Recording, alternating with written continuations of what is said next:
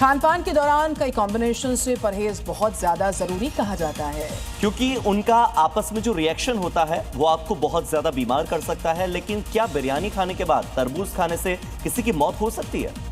ये मामला मुंबई से ऐसा आया है जो कि आपको चौंकाएगा। देखिए पूरी खबर इस रिपोर्ट में। और दावा किया जा रहा है कि बिरयानी के बाद तरबूज खाने से ही इनकी मौत हुई। मामला मुंबई के पायधुनी इलाके में रहने वाले अब्दुल्ला डोगडिया परिवार का है, जहां शनिवार की रात को परिवार ने पहले बिरयानी खाई। इसके बाद सबने डिजर्ट के तौर पर तरबूज खाना शुरू कर दिया, लेकिन चंद सेकंड के बाद ही उनकी तबीयत खराब हो गई। आनन फानन में अस्पताल पहुंचाया गया, लेकिन वहां अब्दुल्ला डोगडिया, उनकी पत्नी नसरीन और दोनों बेटियां आयशा जैनब की मौत हो गई। डाइट एक्सपर्ट के मुताबिक ये केस रेयर है, लेकिन असंभव नहीं है। यदि ये बैक्टीरिया से संक्रमित हो सकता है, जो कि फूड पॉइजनिंग का कारण बन सकता है। इसे भारी भोजन के बाद लिया जाए तो ये पेट में फर्मेंट होकर गैस और टॉक्सिन्स बनाता है। खबर बिहार के पटना से। पटना के पारस हॉस्पिटल में अचानक से हंगामा हुआ। बच्चे की मौत के बाद अस्पताल में तोड़फोड़ हुई है। अस्पताल पर किडनी निकालने का आरोप लगा। परिजनों ने अस्पताल में शीशे तोड़ दिए। पटना के पारस हॉस्पिटल में जमकर हंगामा बरपा है। पारस अस्पताल में उस वक्त अफरा तफरी मच गई जब 15 साल के बच्चे की मौत के बाद परिजनों और स्थानीय लोगों ने जमकर हंगामा किया। गुस्साए लोगों ने अस्पताल परिसर में तोड़फोड़ की और मौके पर मौजूद पुलिसकर्मियों के साथ भी धक्का मुक्की की। घटना के बाद अस्पताल के बाहर हालात तनावपूर्ण हो गए। घटना के विरोध में परिजनों ने अस्पताल के बाहर शव रखकर सड़क जाम कर दिया, जिससे यातायात पूरी तरह बाधित हो गया। सूचना मिलते ही शास्त्री नगर थाना पुलिस मौके पर पहुंची और हालात को काबू में किया। परिजन इलाज में लापरवाही का आरोप लगा रहे हैं। फिलहाल पुलिस मामले की जांच कर रही है। तो केदारनाथ यात्रा पर ये बड़ी जानकारी इस वक्त सामने आ रही है। जो बीमार श्रद्धालु हैं उनका रेस्क्यू हुआ है। एनडीआरएफ और एसडीआरएफ ने ये रेस्क्यू ऑपरेशन किया है। खबर है कि पीएचसी से केदारनाथ हेलीपैड तक श्रद्धालु को पहुंचाया गया। यात्रा के दौरान दरअसल ये श्रद्धालु बीमार हो गए थे। इलाज के लिए उन्हें रुद्रप्रयाग रेफर किया गया। दिल दहला देने वाली इस घटना ने सबको झकझोर दिया, जहां एक युवा श्रद्धालु अचानक गंभीर रूप से बीमार होकर जिंदगी और मौत के बीच झूलने लगा। लेकिन प्रशासन ने रेस्क्यू अभियान चलाया और हालात पलट दिए। गंभीर हालात में नेपाल के लक्ष्मण अधिकारी को प्राथमिक उपचार के बाद एनडीआरएफ और एसडीआरएफ की टीम ने तुरंत कार्रवाई करते हुए उन्हें पीएचसी के केदारनाथ हेलीपैड तक सुरक्षित पहुंचाया। इसके बाद जिला चिकित्सालय रुद्रप्रयाग के लिए रेफर किया गया। रेस्क्यू के दौरान प्रशासन, स्वास्थ्य विभाग और आपदा प्रबंधन टीमों के बीच बेहतर समन्वय देखने को मिला।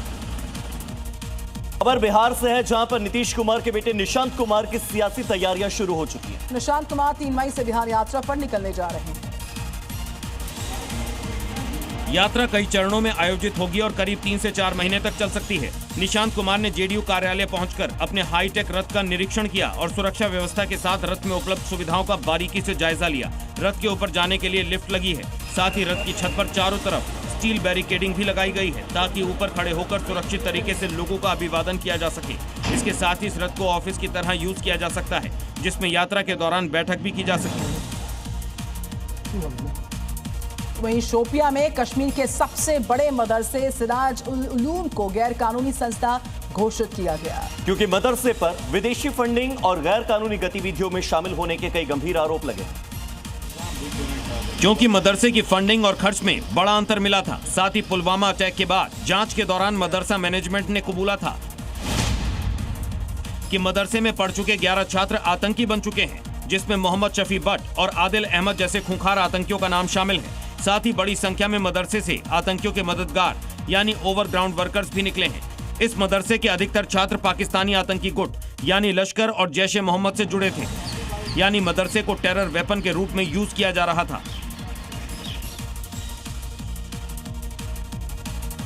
और अब बात कर लेते हैं मौसम के मिजाज की। दिल्ली एनसीआर समेत उत्तर भारत में भयंकर गर्मी पड़ रही है। आज से तेज हवाओं के साथ बरसात होने का अनुमान है मौसम विभाग का।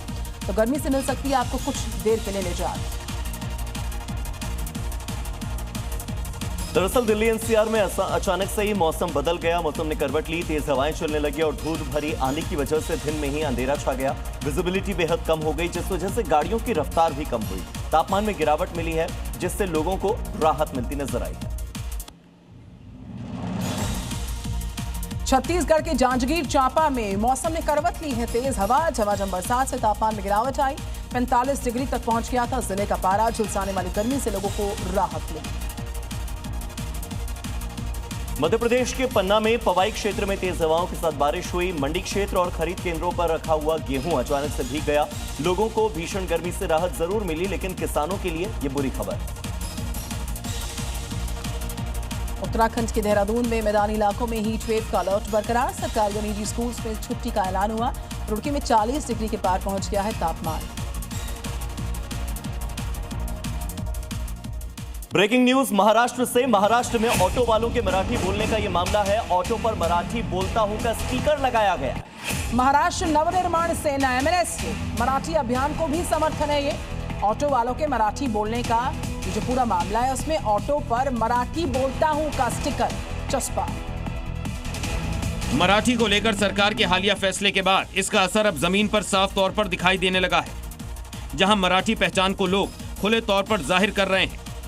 ऑटो वाले मैं मराठी बोलता हूं लिखे स्टिकर लगाकर चल रहे हैं। साथ ही मनसे के अभियान को भी व्यापक समर्थन मिल रहा है, जबकि दूसरी तरफ मराठी भाषा में बातचीत अनिवार्य किए जाने के फैसले ने नया विवाद खड़ा कर दिया है। फैसले के विरोध में ऑटो रिक्शा यूनियन ने 4 मई को हड़ताल करने की चेतावनी दी है।